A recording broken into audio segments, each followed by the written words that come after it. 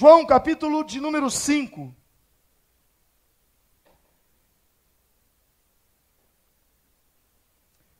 Versículo de número 1. Depois disso, havia uma festa dos judeus, e Jesus subiu a Jerusalém. Ora, em Jerusalém, próximo à porta das ovelhas, há um tanque chamado em hebraico Betesda, o qual tem 5 alpendres. Nesse jazia uma multidão de enfermos, cegos, mancos, ressecados, esperando o movimento das águas. Porque um anjo descia em certo tempo ao tanque e agitava a água.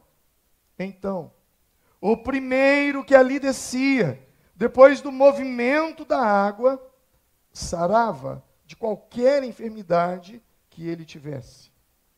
Achava-se ali um homem que tinha 38 anos, que havia 38 anos, estava enfermo. Diga comigo, 38 anos, estava enfermo. Jesus, vendo-o deitado, e sabendo que estava assim havia muito tempo, perguntou-lhe: queres ficar são? Respondeu-lhe o enfermo: Senhor, eu não tenho ninguém que, ao ser agitado a água, me coloque no tanque. Assim, enquanto eu vou, desce outro antes de mim. Disse-lhe Jesus: levanta-te e toma o teu leito e anda. E imediatamente o homem ficou são e, tomando o seu leito, começou a andar. Ora, aquele dia era sábado. Amém. O tema da minha palavra é esse aí. Um tema sugestivo. Eu quero convidar e eu quero desafiar você nessa noite a pensar fora da caixa. Nós estamos a poucos dias de uma virada de ano. E é possível que das próximas semanas você vai ouvir as pessoas dizerem assim: olha, nesse próximo ano eu quero mudar isso na minha vida. Nesse próximo ano eu não farei aquilo. Nesse próximo ano eu farei aquilo outro. É possível que você vai ver as pessoas dizendo: eu, a partir do dia 1º, eu não coloco mais um cigarro na minha boca. A partir do dia 1º eu não vou beber nenhum tipo de bebida de álcool mais. A partir do dia 1º eu vou fazer caminhada. Dá um congestionamento naquela calçada da rodoviária ali, nas primeiras semanas de janeiro. Ah, mas eu vou perder tantos quilos. Eu vou começar firme na academia. Eu vou fazer uma dieta. Eu vou ganhar massa muscular. Eu vou. E eles vão. Até fevereiro eles conseguem ir.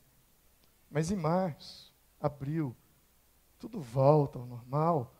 O normal do ano passado. Eu quero falar com você sobre isso. Isso para mim é importante nessa noite. Esse homem, ao qual eu falava sobre ele, esse homem de João 5, esse paralítico, ele estava às margens do tanque de Betesda, esperando o movimento das águas, porque havia uma crença de que de tempo em tempo, um anjo descia e movimentava e agitava as águas, e quando as águas eram agitadas, aquele que descesse primeiro ficava são, era curado. Então eu fico imaginando a agonia desse homem, eu fico imaginando o desespero dele, e ao mesmo tempo eu fico imaginando o quanto os seus olhos estavam focados naquelas águas. Ele não piscava esperando em algum momento as águas se movimentarem. Mas quando as águas começavam a se movimentar, que ele ensaiava o seu primeiro movimento para se arrastar, alguém descia. E o tal era curado e ele não. E Jesus então, segundo João, chega nesse tanque de Betesdas e encontra essa situação. E a Bíblia diz que aquele homem padecia daquela enfermidade 38 anos. Preste atenção nisso. Eu quero, de alguma forma, tentar ilustrar como aquilo estava acontecendo. Imaginemos que aqui é o tanque. Daqui para lá são as águas. E o homem estava deitado aqui. E junto do homem havia, a Bíblia diz que uma multidão de enfermos, esperando o movimento das águas. Eu fico imaginando aquele homem, as águas se movimentavam e ele tentava se arrastar, mas ele não conseguia, porque alguém que tinha uma outra enfermidade, mas que conseguia se movimentar rapidamente, entrava primeiro do que ele. E Jesus chega ali. E ao chegar naquele lugar, Jesus então pergunta para aquele homem: moço, você quer ser curado? Moço, você deseja ser curado? Você quer ficar são? Aquele moço estava deitado. Você quer ser curado? Eu fico imaginando ele olhando para Jesus.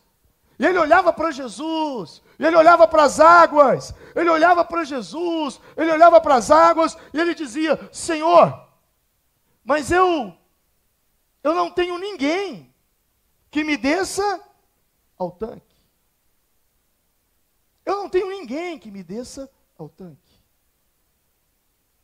Preste atenção nisso.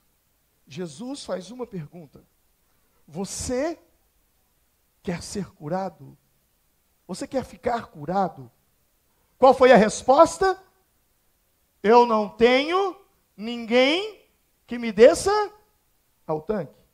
Repete comigo: eu não tenho ninguém que me desça ao tanque. Jesus faz uma pergunta: você quer ficar curado? E ele responde uma resposta dentro da caixa: eu não tenho ninguém que me desça ao tanque. Jesus então o toma pela mão e diz: fica em pé, ser curado. E aquele homem imediatamente fica curado. Onde eu quero chegar? Imagine que todos nós aqui, eu deveria ter feito isso. Eu deveria ter trazido uma caixa de papelão e colocado aqui. Imagine que todos nós temos uma caixa aqui assim. Ok?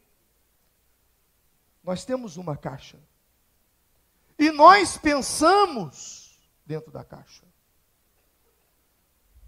Aquele homem, ele pensava dentro da caixa. E na caixa dele só existia uma maneira de ser curado. Qual era? Qual era? Descendo no tanque. Quando Jesus o toma pela mão e diz: levanta, pega a tua esteira, levanta e anda, Jesus convida aquele homem para pensar fora da caixa. Você tem todas as respostas que você precisa para a sua vida. Todas. Tudo o que você precisa, Deus te deu. Pastor, mas por que eu não sei?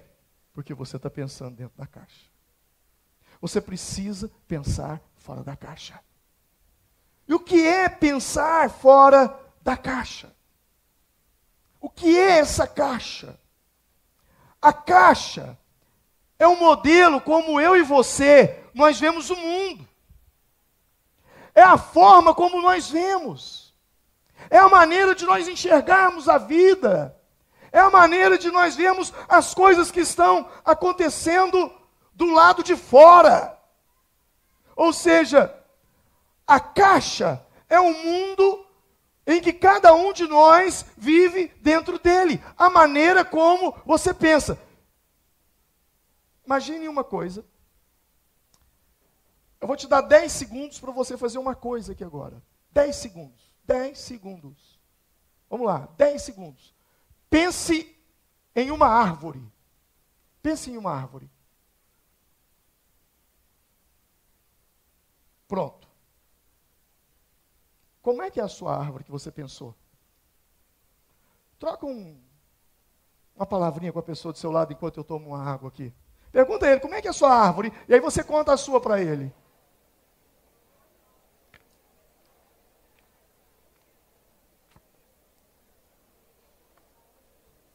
Ei, não é uma floresta, é uma árvore. Já acabou.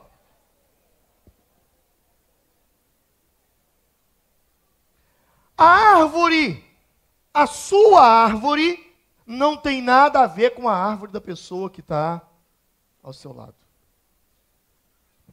Bom, pode ser que muita gente pensou em árvore de Natal, né? Mas mesmo assim, a árvore de Natal que você pensou não é igual a outra. O que eu quero que você entenda é que você tem uma caixa. E você, quando você olha, você vê a vida de uma maneira, você vê a vida de uma forma. E se a sua caixa for grande, que está em volta da sua cabeça, você vai ter muitos recursos dentro dela. E se você tem muitos recursos dentro dessa caixa, você será uma pessoa extremamente abençoada nessa terra. Você será uma pessoa extremamente feliz e bem-sucedida nessa terra. Mas se a sua caixa, ou se o seu modelo de mundo, se a sua maneira de ver a vida não tiver muitos recursos, você vai sofrer muito. Dizem que 2 homens estavam olhando pela janela. E alguém perguntou, o que você vê do outro lado? E ele respondeu assim, eu vejo lama. Eu vejo muita lama, muita sujeira no chão. E aí perguntaram para o outro, e você, o que você vê? Ele disse assim, eu vejo um céu estrelado. Muita estrela. A maneira de ver a vida, a maneira de olhar. Eu estou bebendo água nesse copo, e se eu pergunto, quanto de água tem aqui? Alguém vai dizer, o copo está meio vazio. Alguém vai dizer, o copo está meio cheio.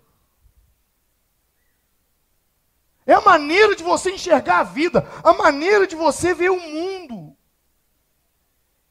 O seu mundo tem recursos. Os recursos dessa pessoa fez com que ela olhasse a lama. O recurso da outra pessoa fez com que ele olhasse as estrelas. Cada um vê de acordo com o seu modelo de mundo. É possível que, se nós tivéssemos a oportunidade, após o culto, de montarmos grupos de conversa e perguntar o que você achou desse culto, cada um vai falar uma coisa. Cada um viu uma coisa. Cada um teve uma visão diferente. E é justamente essa maneira de ver a vida que esse homem de João 5 via de uma maneira que o impossibilitava de ser curado.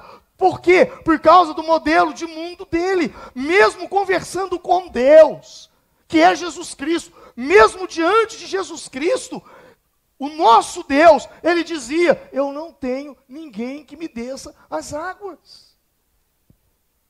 Ele estava colocando uma condição, de acordo com a sua caixa, de acordo com o seu modelo de mundo. Muitas vezes as nossas orações não são respondidas ou não são atendidas. Por quê? Porque nós pensamos dentro da caixa e queremos que Deus pense dentro da nossa caixa. E aí o profeta Isaías vem e diz para mim e para você, os meus pensamentos, diz o Senhor, não são os vossos pensamentos, nem os meus caminhos são os vossos caminhos, diz o Senhor. Deus não pensa como você pensa. Deus não pensa dentro de uma caixa. E eu e você precisamos entender isso. Você precisa de ter recursos dentro da sua caixa. O que leva uma pessoa a se matar? O que leva uma pessoa ao suicídio? O quê? Falta de recursos no mundo dele. No mundo dele, na caixa dele, ou na caixa dela, faltam recursos. Faltou alguns recursos. O que leva uma pessoa a partir para agressão verbal? Falta de recursos na caixa. O que leva uma pessoa até mesmo partir para agressões físicas? Falta de recursos. Acabou-se o recurso do diálogo. Então, partiu para o que sobrou. E qual foi o outro recurso que sobrou dentro da caixa dele? Agressões físicas, agressões verbais. O que leva uma pessoa a dar soco no outro? Falta de recurso. Não houve o recurso do convencimento. Não houve o recurso do respeito. Não houve o recurso da paciência. O que levou aquela pessoa ao suicídio? Faltou nela o recurso. Faltou nela o recurso da fé. Se ela tivesse fé dentro daquela caixa, ela jamais se mataria. Faltou o recurso da esperança. Se ela tivesse esperança, ela jamais se mataria. Faltou recursos na vida dessa pessoa. No modelo de mundo, faltava recursos. No modelo de mundo, faltava recursos. E o que são esses recursos, pastor? Fé, esperança, possibilidades, domínio próprio, paz, alegria, motivação, ânimo, e etc, etc. São inúmeros os recursos. Quando o Espírito Santo vem sobre a sua vida, e o fruto do Espírito vem, o que é o fruto do Espírito? Nada mais é do que recursos. Paz, longanimidade, benignidade, bondade, mansidão, domínio próprio. São recursos que o Espírito Santo traz para nós. Daí a importância de nós pregarmos a palavra de Deus. Daí a importância de nós evangelizarmos as pessoas. Porque quando nós evangelizamos as pessoas, quando nós pregamos a palavra de Deus para as pessoas, quando nós trazemos a pessoa ao culto, quando nós levamos a pessoa a uma célula, quando nós levamos o evangelho àquela pessoa, o que nós estamos colocando para aquela pessoa? Nós estamos aumentando os recursos daquela pessoa, nós estamos colocando recursos dentro da caixa dela. E a partir de agora, ela tem recursos. Recursos. É por isso que é uma transformação. Porque outrora ela era escrava do mundo, outrora ela era escrava do pecado, outrora ela era uma pessoa subjugada aos vícios, mas agora, ao receber recursos do Evangelho, ela sabe como dominar a situação, ela sabe como enfrentar aquela situação. Por isso alguém diz: olha, fulano brigava, discutia, xingava, mas agora, ao vir para a igreja, aí eles não entendem, eles dizem assim: depois que ele mudou de religião, a religião dele não permite. Não é que a religião não permite, é que agora essa pessoa tem recursos. O Evangelho trouxe recursos, abriu-se um leque de possibilidades, e o Espírito Santo dentro daquela pessoa traz esse leque de possibilidades.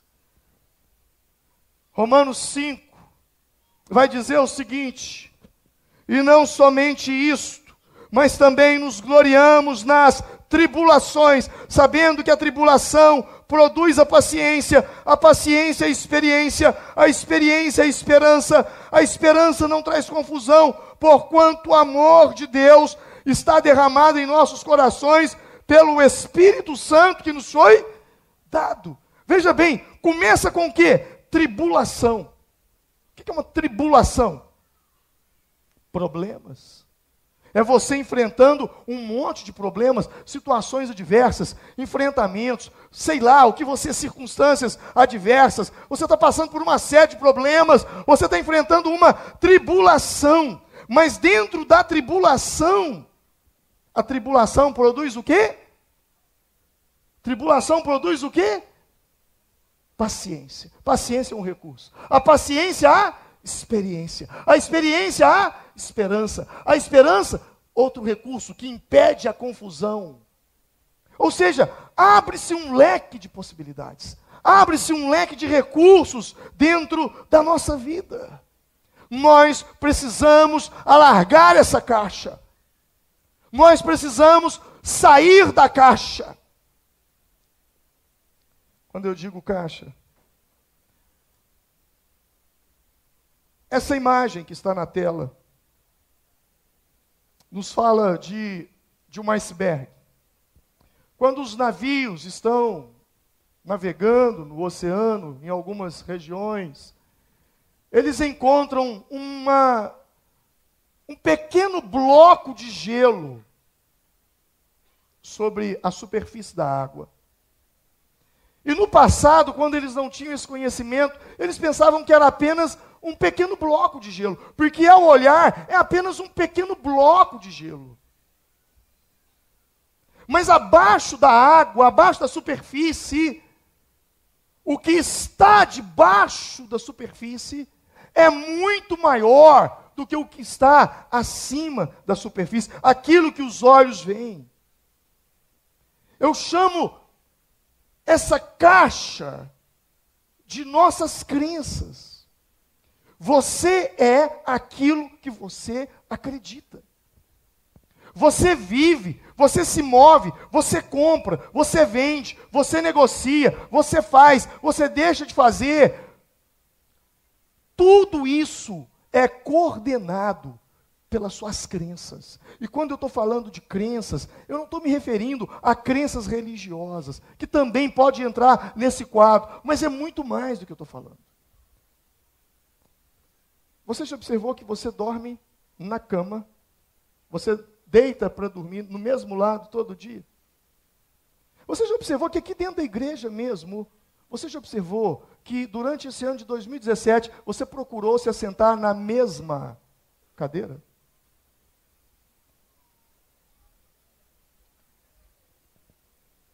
Você não programou isso. Existe uma série de coisas que estão acontecendo inconscientemente dentro de você, que te leva a decisões, que te leva a fazer coisas. E essas coisas são as suas crenças. Paulo, escrevendo aos Coríntios, ele chama isso de fortalezas que estão dentro de nós. Fortalezas, posteriormente, mais tarde, numa guerra, nós entendemos que existem aquelas minas terrestres, que eles colocam debaixo do chão, o exército inimigo coloca aquilo ali, e quando as pessoas vão passar, aquilo explode, porque está debaixo. A explosão vem de dentro para fora, de baixo para cima. O que eu quero que você entenda, quando eu me refiro a essa questão de crença, é que nós agimos de acordo com as nossas crenças. Nossas atitudes são fruto de nossas crenças.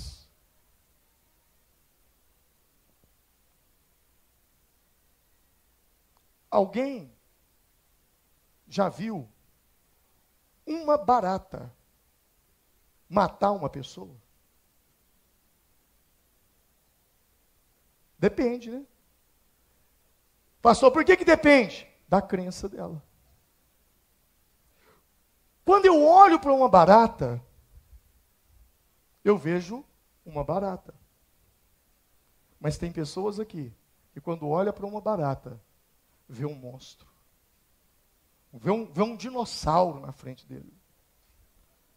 Vê a pior criatura.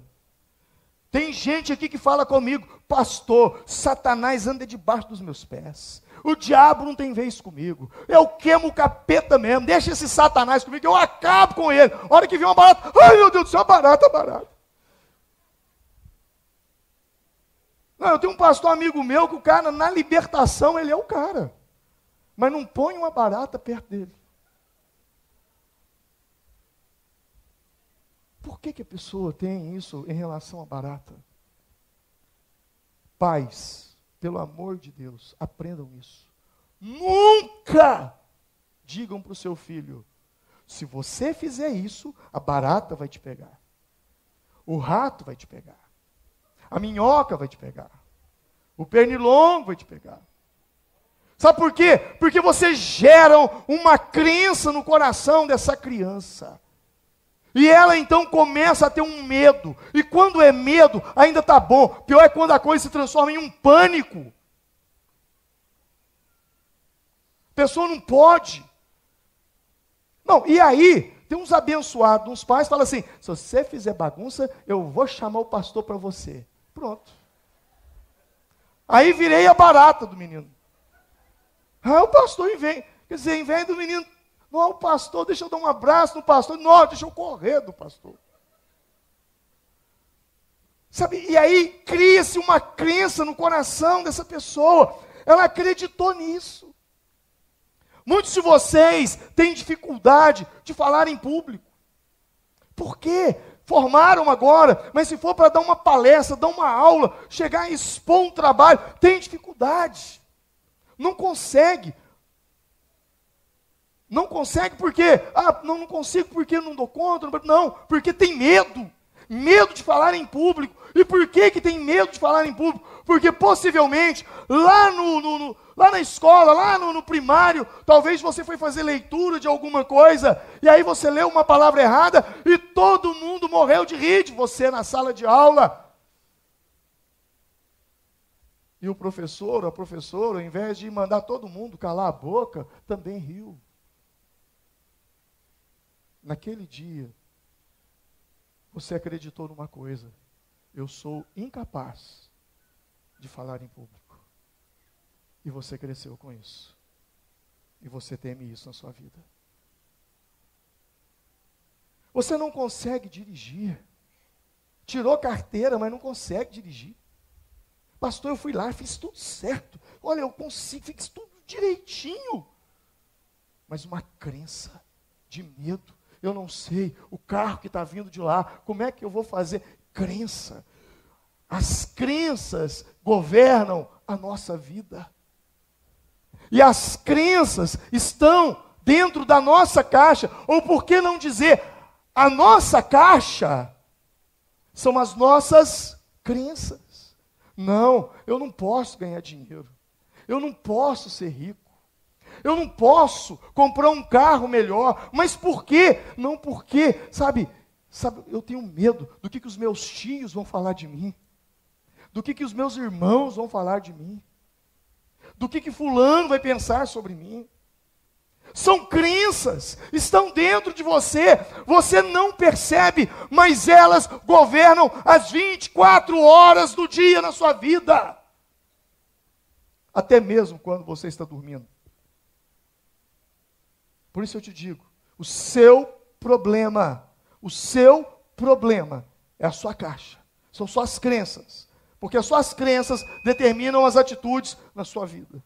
O seu problema não é aquilo que você pensa ser o seu problema. O seu problema é o seu sistema de crenças. E o seu sistema de crenças é construído pelos seus valores. Por isso, a importância de você filtrar todas as informações, tudo o que acontece na sua vida. Filtrar tudo. Seu casamento, o seu dia a dia, tudo que acontece com você. A importância de você pegar a sua Bíblia e usar a sua Bíblia como um filtro. Como um filtro. Ou seja, fazer da Bíblia os seus valores. Porque através dos valores da Bíblia formam-se as suas crenças. Isso quer dizer que o que isso quer dizer? Isso quer dizer que eu sou o que a Bíblia diz quem sou. Eu tenho o que a Bíblia diz que eu tenho. Eu posso aquilo que a Bíblia diz que eu posso. Vamos falar comigo? Vamos lá? 1, 2 e... Eu sou o que a Bíblia diz quem sou. Eu tenho o que a Bíblia diz o que tenho. E eu posso aquilo que a Bíblia diz que eu posso. Quando te disserem, você não vale nada, o que a Bíblia diz? Você é filho de Deus. Quando te disserem, você não tem nada, a Bíblia diz o que para você? A Bíblia diz, o meu Deus é dono do ouro e da prata, e eu sou filho dele. Você não consegue nada, você é um fracassado, você não pode nada. O que você vai dizer para ele?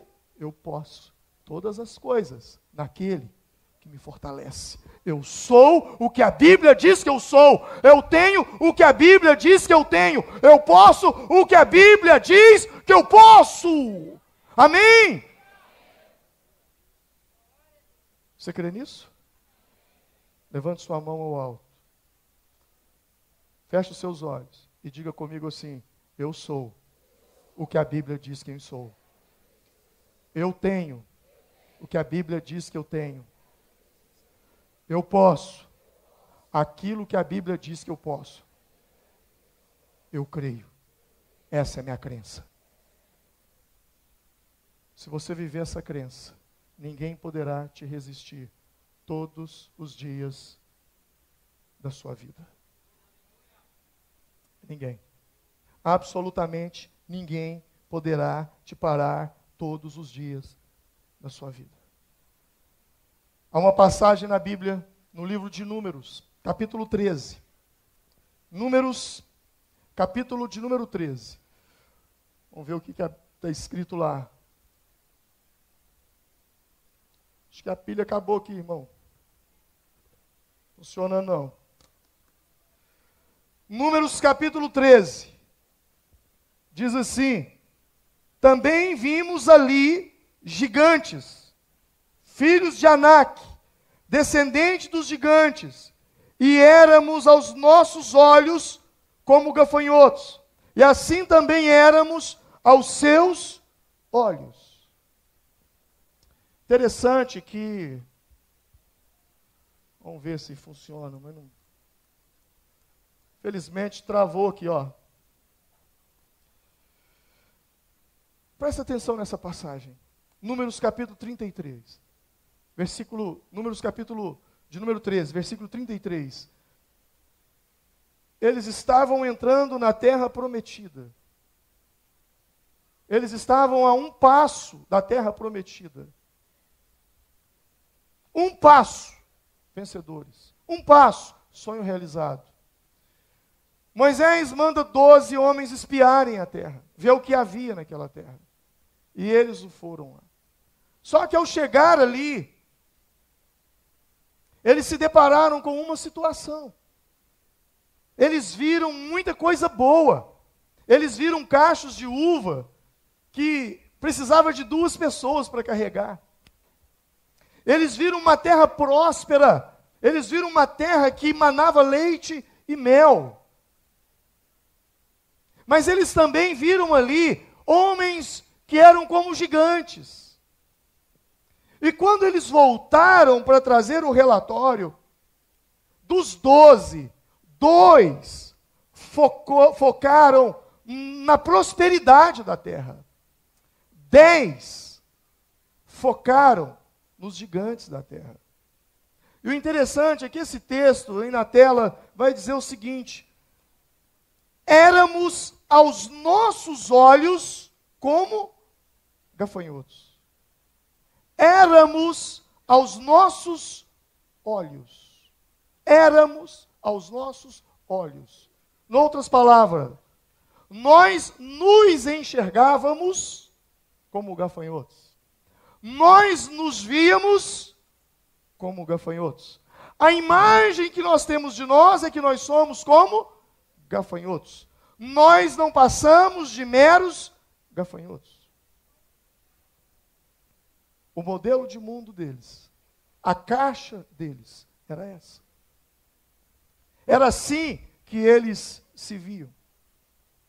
Mas por que aqueles 10 pensaram daquela forma? O que os levou a pensar daquele jeito? É simples. Lembre-se que eles eram escravos no Egito. Eles eram escravos. Eles foram libertados por Moisés. E agora eles estão indo em direção à terra de Canaã. Preste atenção nisso, isso é extremamente importante. Eles eram escravos e agora foram libertos. Eles eram escravos no Egito, saíram do Egito em direção à realização do sonho. Preste atenção nisso. Eles saíram do Egito, mas o Egito nunca saiu deles. Você entende isso? O Egito nunca saiu deles. Eu estava em Londres, Inglaterra. E eu passei em um determinado lugar da cidade de Londres. E o pastor que estava comigo falou assim: pastor, olha aqueles prédios ali. E eu vi os prédios. Os prédios lindos. Falei, nossa, que legal, hein? Bonito isso aqui. O que é isso aqui? Ele disse, aqui é a favela de Londres. Falei, o quê? Isso aqui é a favela de Londres. Uma favela desse jeito? É. Vamos entrar lá. Aí passamos de fora. E aí eu comecei a ver muito lixo. Coisa que você não vê na Inglaterra. Você não vê lixo. Você não vê papel jogado no chão. Não demorou muito para eu perceber uma coisa. O governo tirou aquele povo da favela, mas a favela nunca saiu daquele povo. Não precisa ir em Londres para ver isso. Vai aqui no Projeto Singapura, em São Paulo. Você vai ver isso lá. Derrubaram os barracos, acabaram com os barracos, levantaram prédios legais, construções maravilhosas, mas a sujeira tirou a pessoa da favela, mas a favela não saiu de dentro da pessoa. Porque a maior libertação não é de fora para dentro, é de dentro para fora. Aquele povo não podia, de fato nenhum, em hipótese alguma, entrar na terra prometida. Porque, embora agora eles eram livres, mas dentro deles, eles ainda não haviam deixado de ser escravos. E quando eles olhavam para os gigantes, eles não viam os gigantes, eles viam os carrascos egípcios, eles se lembravam das chibatadas, eles se lembravam da escravidão no Egito. Ao invés de eles focarem no que havia de melhor na terra, eles focaram naqueles homens, nos descendentes de Enaque, que eram homens altos e fortes.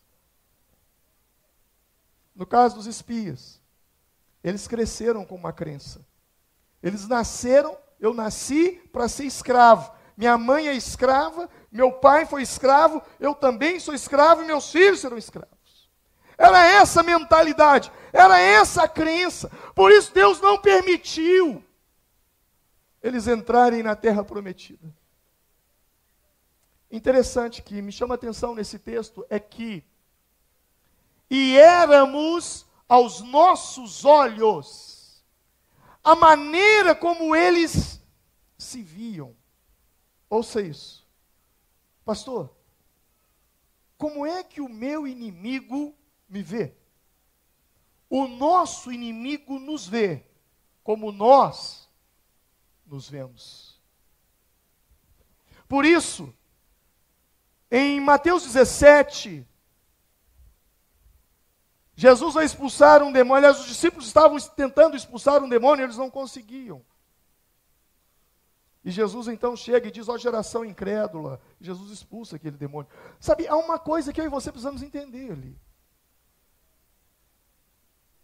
Um cachorro, um animal, é capaz de saber se você está com medo ou não dele. Sim ou não? Ele consegue, há quem diga, eu nunca estudei sobre isso, mas eu já ouvi coisas assim de relance, de que através do cheiro, da adrenalina, alguma coisa, se ele consegue sentir o cheiro, ele sabe quando você tem medo. Na verdade, você está se colocando diante dele como um osso. Ou seja, você, como você se vê, é como o teu inimigo te vê. Talvez seja isso que está acontecendo com você. Você não entrou na sua terra prometida. Você não recebeu o seu milagre. Por quê? Porque ainda você se vê como escravo. E não como um filho do rei.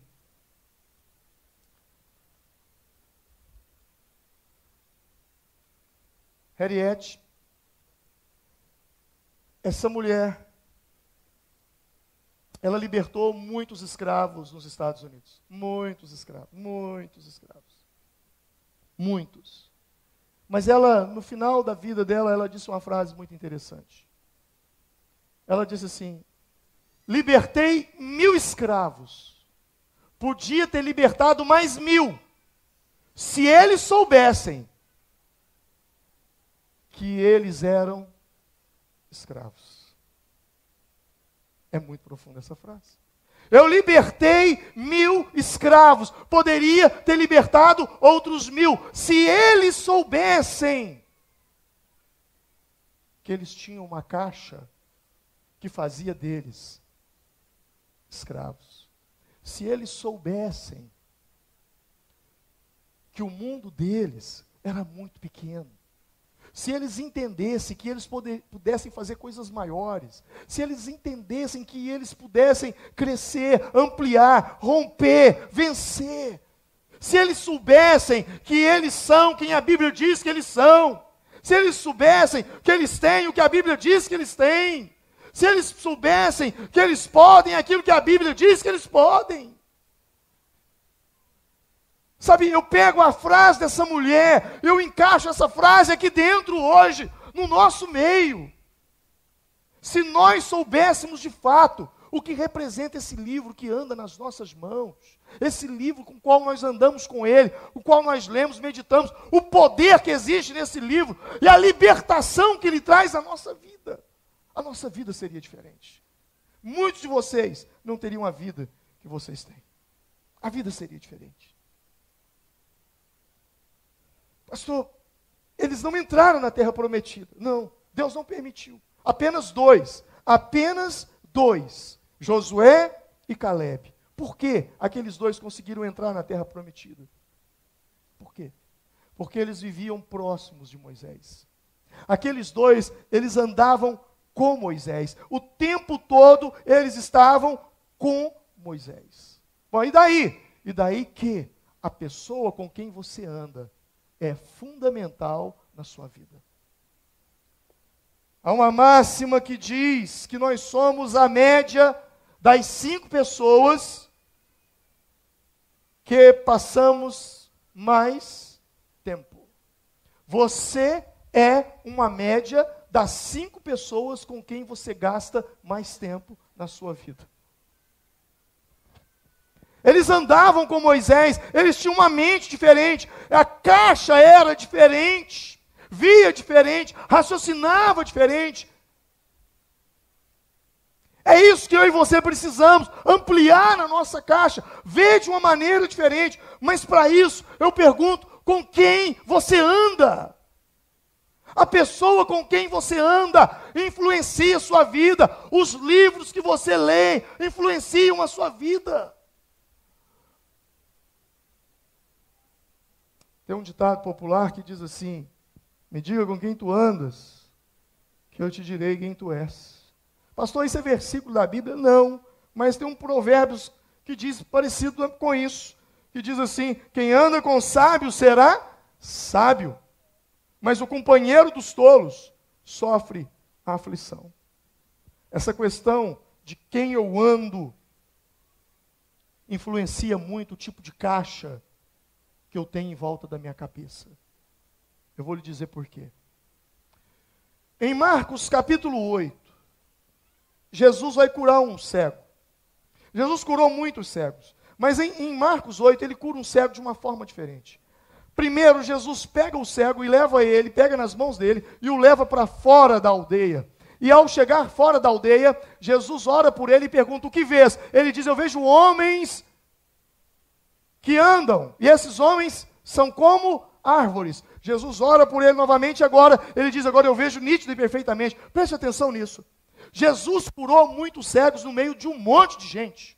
Mas aquele cego, Jesus precisou tirá-lo para fora da aldeia e curá-lo lá fora. Jesus não fez aquela cura perto das pessoas com as quais ele convivia. É possível que aquelas pessoas influenciavam a caixa dele. Sabe aquele negócio que fica assim no seu ouvido? Pá. Ah, vai lá na igreja, não, igreja não sei o quê. Crente, olha na televisão, pastor, é só dinheiro, tá. Está construindo uma caixinha. Conversa com qualquer pessoa que frequenta a igreja. E todos eles têm o mesmo discurso. Ah, se eu soubesse, eu teria vindo antes. Mas a caixinha não dava, ela não deixava. Até que o evangelho entrou e aumentou os nossos recursos.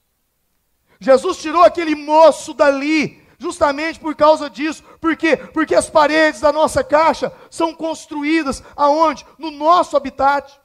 Com as pessoas com quem nós convivemos, os livros que andamos, que lemos, as pessoas com as quais nós andamos. Há uma passagem na Bíblia muito interessante.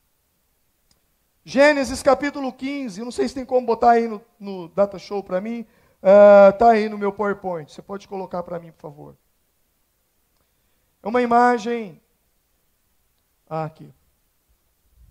Quando Deus visita Abraão para começar uma nação, para dizer para aquele homem que ia dar a ele uma nação. Deus fala assim com ele. O versículo diz assim: então o Senhor conduziu Abraão para fora da tenda e o orientou: olha para os céus, conta as estrelas, se é que o podes. E prometeu: assim será a tua posteridade. Deus queria falar para Abraão que daria para ele muitos filhos, que daria para ele inúmeros filhos. Deus falou com ele: Abraão, eu vou te dar filhos, eu farei de ti uma grande nação. Abraão, tá bom, Senhor, tá? Por quê? Porque na caixa de Abraão, família, na cabeça dele, era aonde ele veio. Abraão, Naor e Harã. Terá, seu pai, teve 3 filhos. Te darei uma grande nação. Nossa, então vai ser igual a eu, Abraão, Naor e Harã. Deus fala com ele: Abraão, sai da caixa. Pensa fora da caixa, meu filho.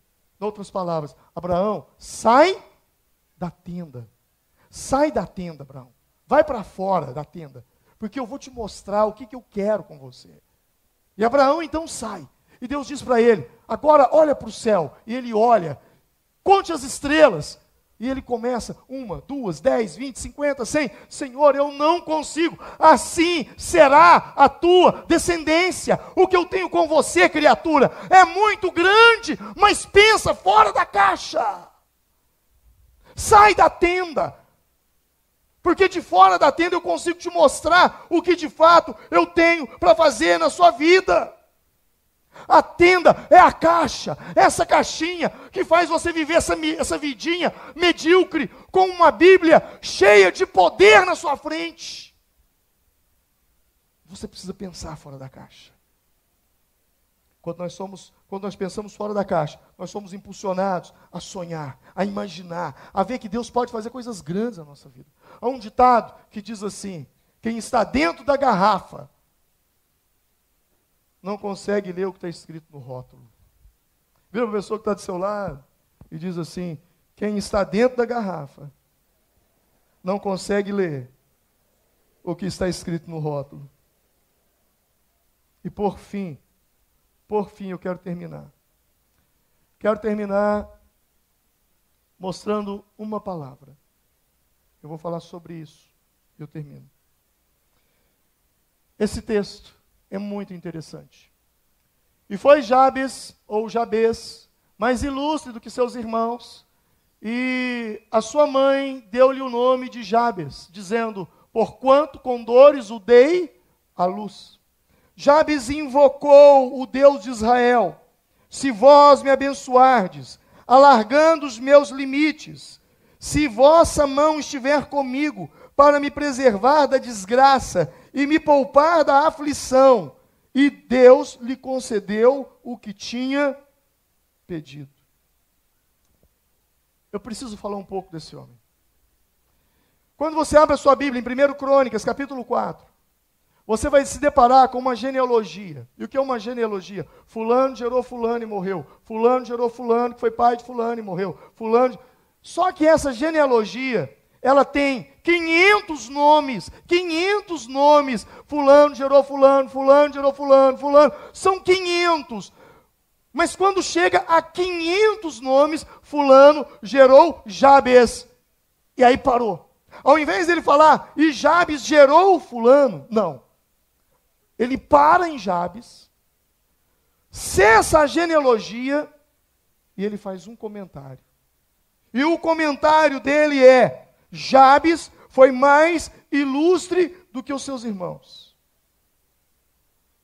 A mãe de Jabes colocou o nome nele de Jabes.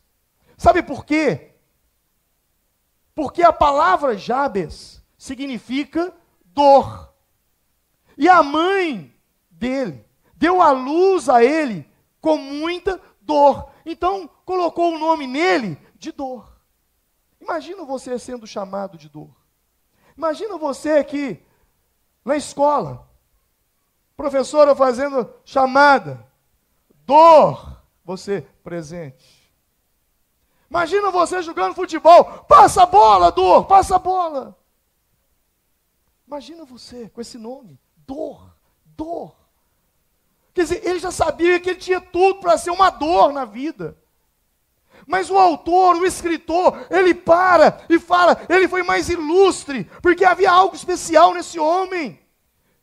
Esse homem, o historiador, ele dá uma limpada na garganta, muda a forma de falar e diz, Jabes foi mais ilustre. Por quê? Porque esse homem, por que ele foi mais ilustre? Porque ele fez uma oração que mudou a vida dele. E nessa oração, ele dizia, Deus, se o Senhor me abençoar, talvez você não saiba, mas a palavra abençoar no hebraico, ela vem traduzida pela palavra bará. E bará no hebraico quer dizer conceder poder para ser bem-sucedido. Quando você diz assim, eu te abençoo, meu filho, sabe o que você está falando com ele? Eu te concedo poder para ser bem-sucedido. Quando alguém chega e diz assim, bênção, mãe, ele está falando assim, bênção, mãe, ele está falando, mãe, me concede poder para ser bem-sucedido. E a mãe então diz, eu te abençoo, meu filho, eu te concedo poder para ser bem-sucedido. É profunda essa palavra, não é? Você sabia que bênção era isso? Esse é o significado de bênção. Bará, conceder poder para ser bem-sucedido. E ele diz, Deus, se o Senhor me abençoar, se o Senhor me conceder poder para ser bem-sucedido e alargar os meus limites. Diga comigo, alargar os meus limites. Em outras palavras, me fazer pensar fora da caixa. Se o Senhor me fizer pensar fora da caixa, se o Senhor me fizer pensar fora da caixa, e a sua mão estiver comigo, e me livrar de toda desgraça, e me poupar da aflição. E a Bíblia diz que Deus concedeu o que ele tinha pedido. Uma oração pode mudar a sua vida. Uma oração pode mudar o seu destino. Uma oração pode mudar toda a sua história. E eu quero desafiar você.